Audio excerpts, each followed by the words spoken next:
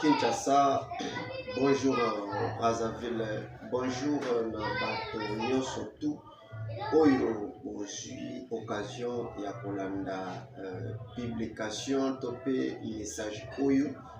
Merci beaucoup sur moi, votre humble serviteur Serge Fidedi Motonzambe nenge ba fan ba mesana kobenga ngai. En tout cas, je viens de vous annoncer bonne nouvelle. Il y a agence Nabino, agence Fidedi Mauve Production. Fidedi Mauve Production est agence de marketing et de publicité.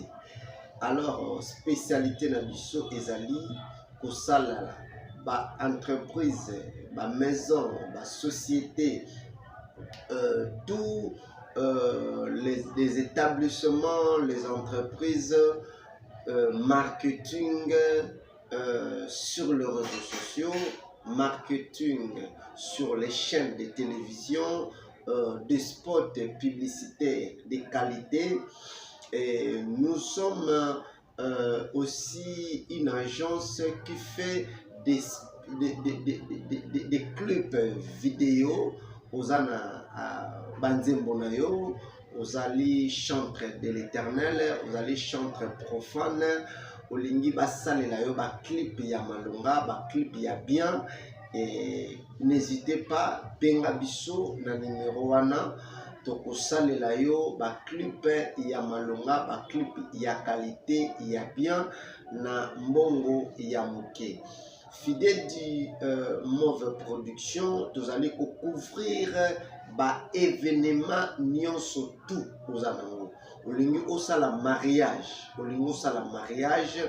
Fidedi Mauve Production, donc vous allez wana pour assister yo dès le début jusqu'à la fin. Il y a mariage na yo, que ce soit mariage coutumier, que ce soit mariage religieux, que ce soit mariage civil, tokozala wana toko salela yo musala ya bien, tokoza ko assurer yo que ba image na yo, ba vidéo na yo ekozala garder, ekozala bien monter pe okotikala na ba archive na yo.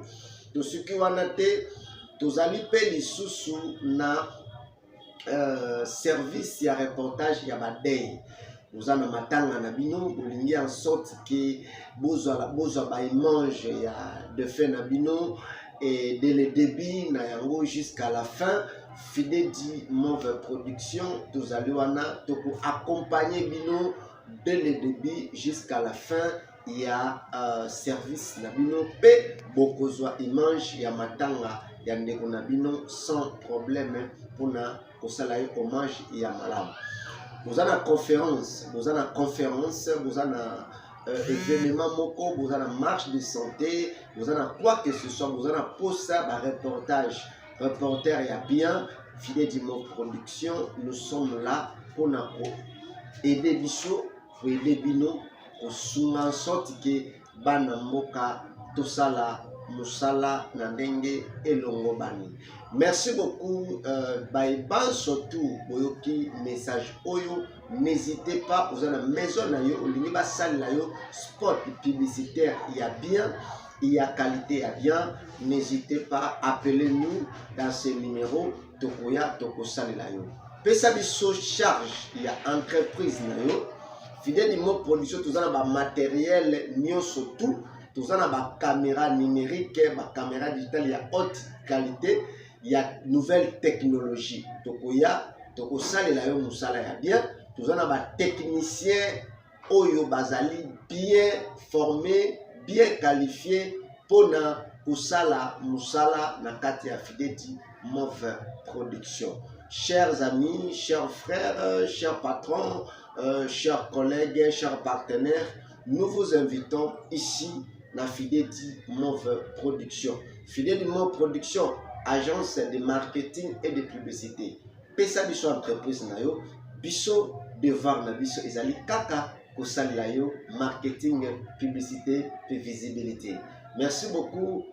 On est ensemble. Fidedi Mauve Production. de la réussite de votre business.